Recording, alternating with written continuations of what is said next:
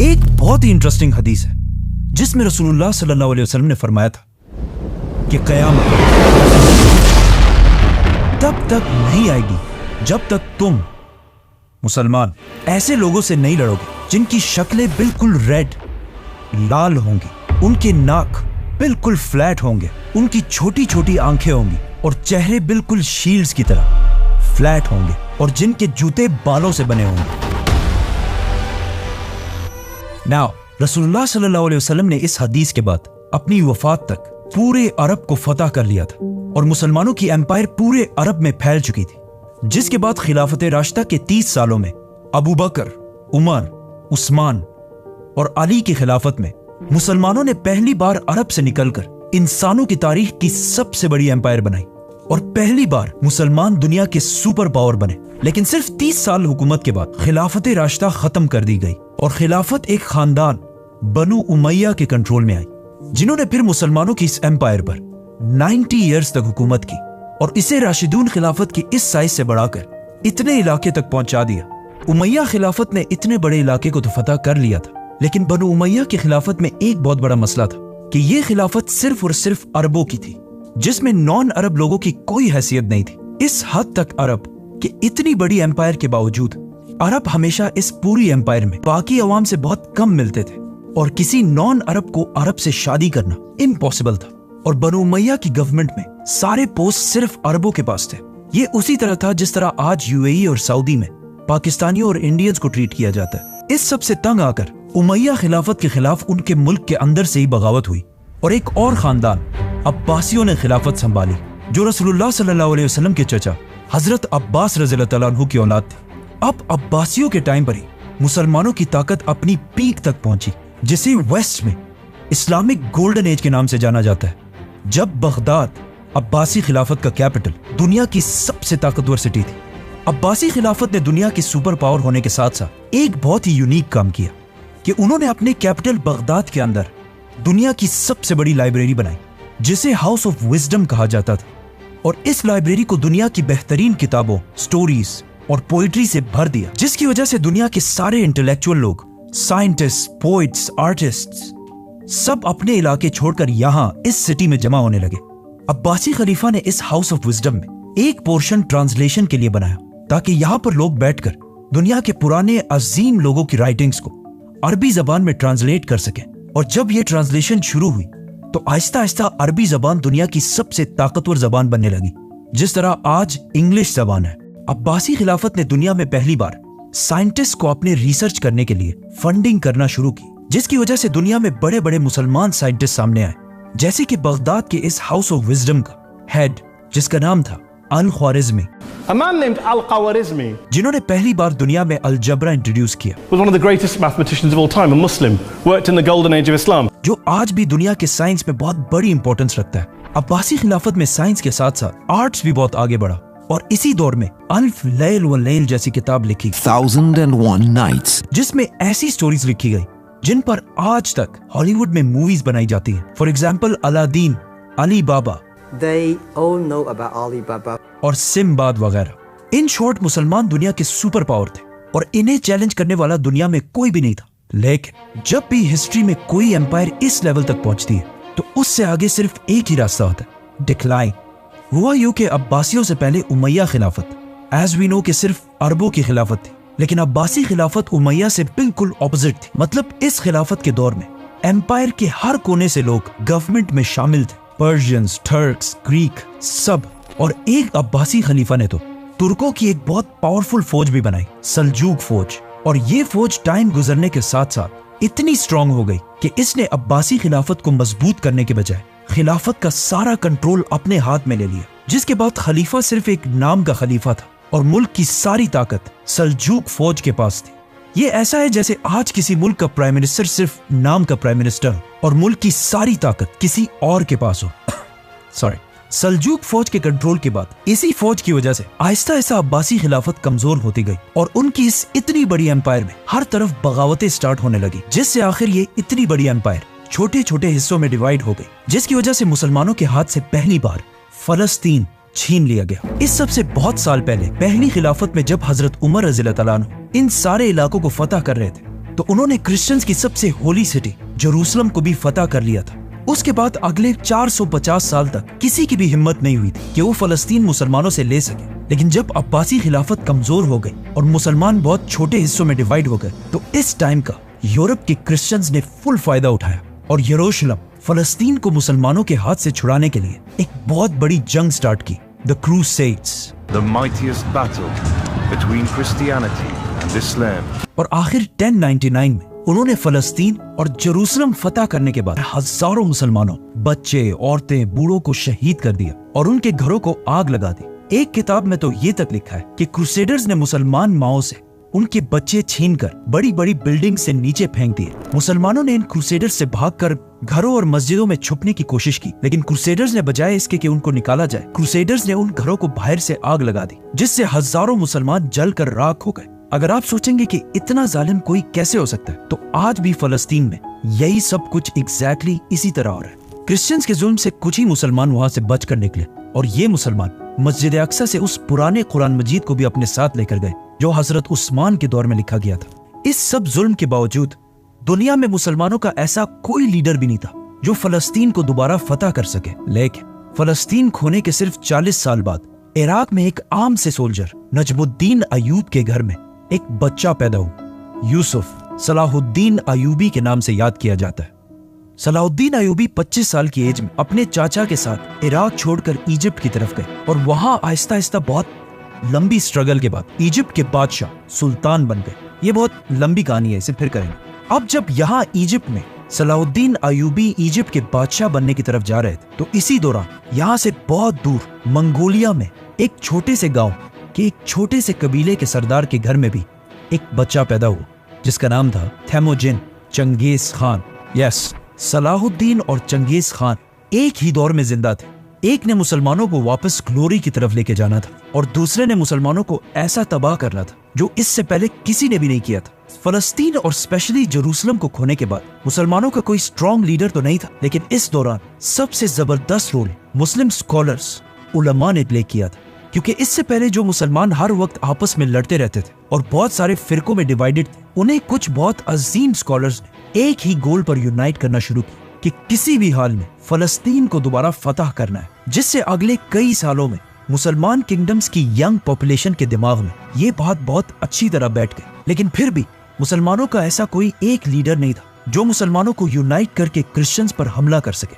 आखिर सलाहुद्दीन अयूबी ने इजिप्ट का सुल्तान बनने के बाद पहले तो क्रिश्चियंस के एक ग्रुप से डील कर ली कि अगले 10 साल तक बिल्कुल अमन होगा और हम एक दूसरे पर हमला नहीं करेंगे, ऑलमोस्ट सुलह हुदैबिया की तरह।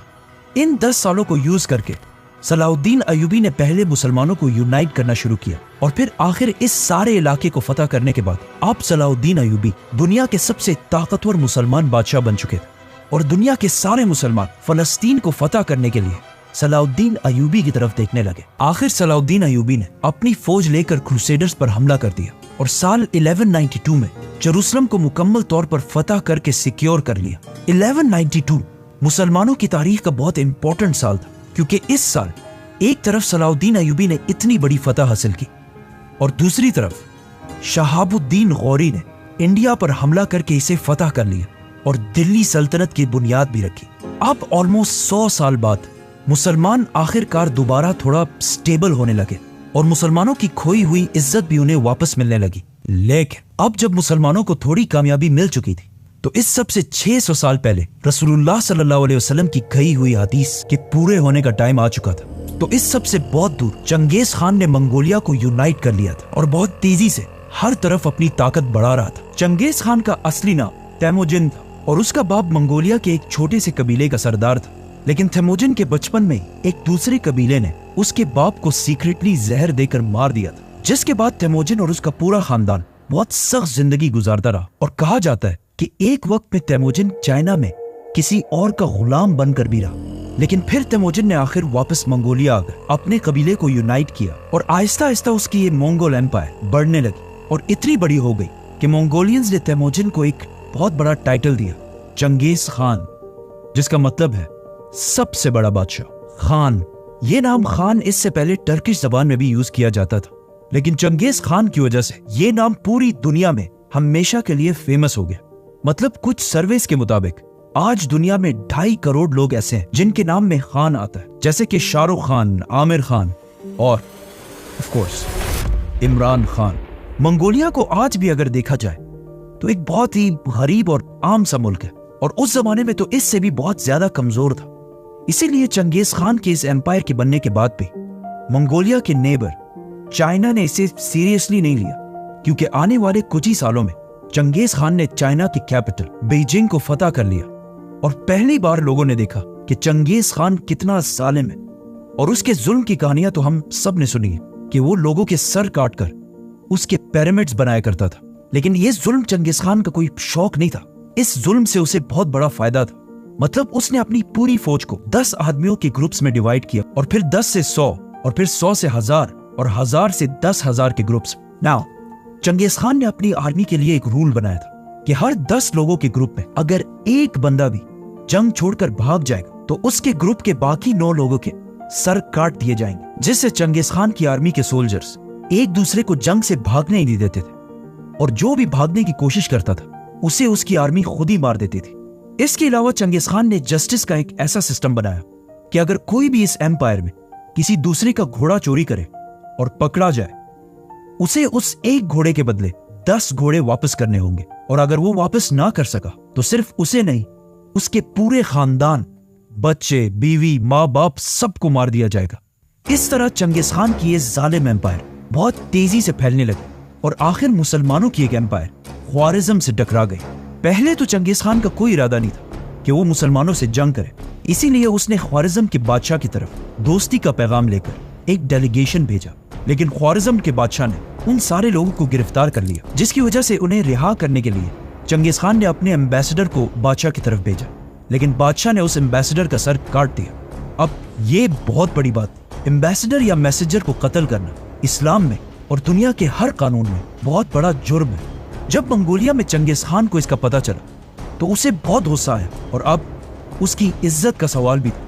तो उसने अपनी सबसे बड़ी फौज 1 लाख की फौज लेकर ख्वारिज्म की तरफ रवाना हुआ, और यहाँ मुसलमानों और मंगोल्स के दरमियान अगले 100 साल की जंग शुरू हुई। चंगेज खान ने बहुत तेजी से ख्वारिज्म की इस पूरी एम्पायर को खत्म कर दिया, और हर सिटी को फतह करने के बाद वहां की सारी पॉपुलेशन के सर काट दिए, और फिर उनके पिरामिड्स बनाए, ताकि पूरी दुनिया को पता चल जाए कि चंगेज खान से फड्डा लेना कोई आसान काम नहीं है। चंगेज खान के हमले से पहले ख्वारिज्म एम्पायर, जिसमें आज अफगानिस्तान, उज्बेकिस्तान, ताजिकिस्तान जैसे इलाके हैं, इनकी आबादी 2 मिलियन 20 लाख के करीब थी, और चंगेज खान के हमले के बाद अब यहाँ की आबादी सिर्फ 2 लाख रह गई थी। मतलब चंगेज खान ने 18 लाख मुसलमानों को शहीद किया था।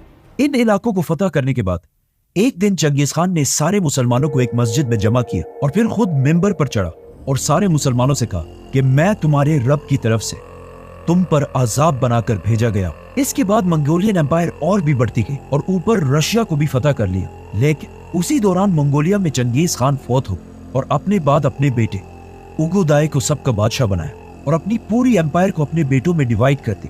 लेकिन चंगेज खान के जाने के बाद भी मंगोल एम्पायर हर तरफ फैलती गई, और आखिर बहुत साल बाद चंगेज खान के पोते हलाकू खान ने एक और बहुत बड़ी फौज तैयार की, और उसे लेकर बगदाद अब्बासी खिलाफत के कैपिटल की तरफ बढ़ने लगा, जो उस वक्त दुनिया की सबसे बड़ी और सबसे पावरफुल सिटी थी। अब चाहिए तो ये था कि उस वक्त के मुसलमान यूनाइट होकर मंगोल से लड़ते, लेकिन उस वक्त के मुसलमान इतने फिरकों में डिवाइड हो चुके थे कि मंगोल एम्पायर से लड़ने से ज्यादा वो एक दूसरे से डिबेट्स और मुनाजरों में ज्यादा इंटरेस्टेड थे। हलाकू खान ने हर तरफ से बगदाद को घेर लिया, और फिर आखिर 1258 बगदाद को मुसलमानों से छीन लिया और मुसलमानों के खलीफा को कत्ल कर दिया, जिसके बाद अब्बासी खिलाफत 500 साल तक हुकूमत करने के बाद हमेशा के लिए खत्म।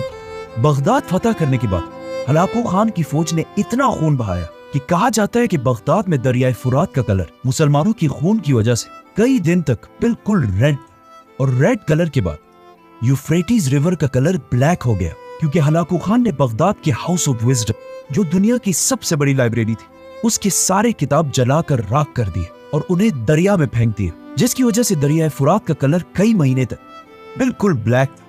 हिस्ट्री में मुसलमानों पर इतना सख्त टाइम कभी भी नहीं आया कि सिर्फ मुसलमानों को नहीं बल्कि इस्लाम की सबसे होली साइट्स को भी खतरा हो, क्योंकि अब्बासी खिलाफत को खत्म करने के बाद अब मंगोलों के सामने सिर्फ एक और सल्तनत थी, ममलूक सल्तनत, और अगर ये इसे भी हरा देते तो मक्का और मदीना का कंट्रोल भी मंगोल्स के पास चला जाता तो वो 100% मक्का में काबा को गिरा देते। बट ऐसा नहीं हुआ। जब मंगोल्स बगदाद फतह करके आगे बढ़े तो ये देखकर इजिप्ट के ममलूक सुल्तान ने अपने जनरल बेबर्स के साथ मंगोलों से लड़ने का फैसला किया। सुल्तान को सबने समझाने की कोशिश की कि मंगोलों से लड़ना इम्पॉसिबल काम है, क्योंकि उस जमाने के लोगों और कुछ बड़े बड़े स्कॉलर्स ने भी ये कह दिया था कि ये मंगोल ही असल में याजूज माजूज है और बस इसके कुछ ही अरसे बाद कयामत आने वाली, तो इनसे जीतना नामुमकिन है। लेकिन फिर भी सुल्तान और उसका जनरल बेबर्स मंगोलों के खिलाफ एक फौज जमा करने लगे। अब इसी दौरान मंगोलिया में हलाकू खान का भाई, जो उस वक्त पूरे मंगोल एम्पायर का बादशाह था, मार दिया गया। तो हलाकू खान मजबूरन अपनी बड़ी फौज लेकर वहां से वापस चला गया और एक छोटी फौज को यहाँ पर छोड़ा। और आखिर फलस्तीन में एन जालूत के मकाम पर मंगोल्स और मुसलमानों की फौज आमने सामने हुई। ये एन जालूत इलाका फलस्तीन में है और इसे एन जालूत इसलिए कहा जाता है क्योंकि यहूदियों के मुताबिक ये वही एग्जैक्ट जगह है जहाँ पर इससे हजारों साल पहले दाऊद अलैहिस्सलाम ने एक बहुत बड़े वॉरियर जालूत को हराया था। और अगेन अब हजारों साल बाद यहाँ एग्जैक्टली ऐसा ही हुआ कि कमजोर मुसलमानों ने पहली बार द ग्रेट मंगोल एम्पायर को बहुत बुरी तरह हरा दिया और मंगोल एम्पायर की एक्सपेंशन को हमेशा के लिए रोक दिया। मतलब ये जंग हारने के बाद मंगोल एम्पायर कभी भी इससे आगे नहीं बढ़ी। ये थी मंगोल्स और मुसलमानों की जंग, जिसका इससे बहुत साल पहले रसूलुल्लाह सल्लल्लाहु अलैहि वसल्लम ने पहले ही बता दिया था, जो आखिर एन जालूत की जंग के साथ खत्म हो गई। लेकिन फिर भी मुस्लिम दुनिया के एक बहुत बड़े हिस्से पर मंगोल्स का कंट्रोल था और उन्हें दुनिया में कोई भी चैलेंज नहीं कर सकता। लेकिन फिर आहिस्ता आहिस्ता यही मंगोल यहाँ के रिलीजन इस्लाम को स्टडी करने लगे और आखिर इतना इम्प्रेस हुए कि सारा मंगोल खानदान जो इन इलाकों में आबाद था मुसलमान हो गया और ये सारे इलाके दोबारा इस्लाम के कंट्रोल में आए। अगर आप चंगेज खान की औलाद के सारे नाम देखें तो पहले इन सारों के नाम बिल्कुल मंगोल नाम, जैसे कि ओगोदाय, जोची, हलागू। लेकिन आहिस्ता आहिस्ता इनके नाम मंगोल से मुसलमान नाम होने लगे, जैसे कि मोहम्मद, तैमूर, यूनुस और बाबर। क्योंकि इंडिया पर बहुत साल हुकूमत करने वाली मुगल एम्पायर इसी चंगेज खान की औलाद में से थी। हजरत उमर और चंगेज खान में एक बात कॉमन है कि इन्होंने अपने जमाने की सबसे बड़ी और सबसे ताकतवर एम्पायर्स बनाई थी। लेकिन इन दोनों एम्पायर्स में एक बहुत बड़ा डिफरेंस है कि आज चंगेज खान को सिर्फ एक जालिम के तौर पर याद किया जाता है, लेकिन हजरत उमर को पूरी दुनिया एक ग्रेट लीडर मानती है। सब्सक्राइब।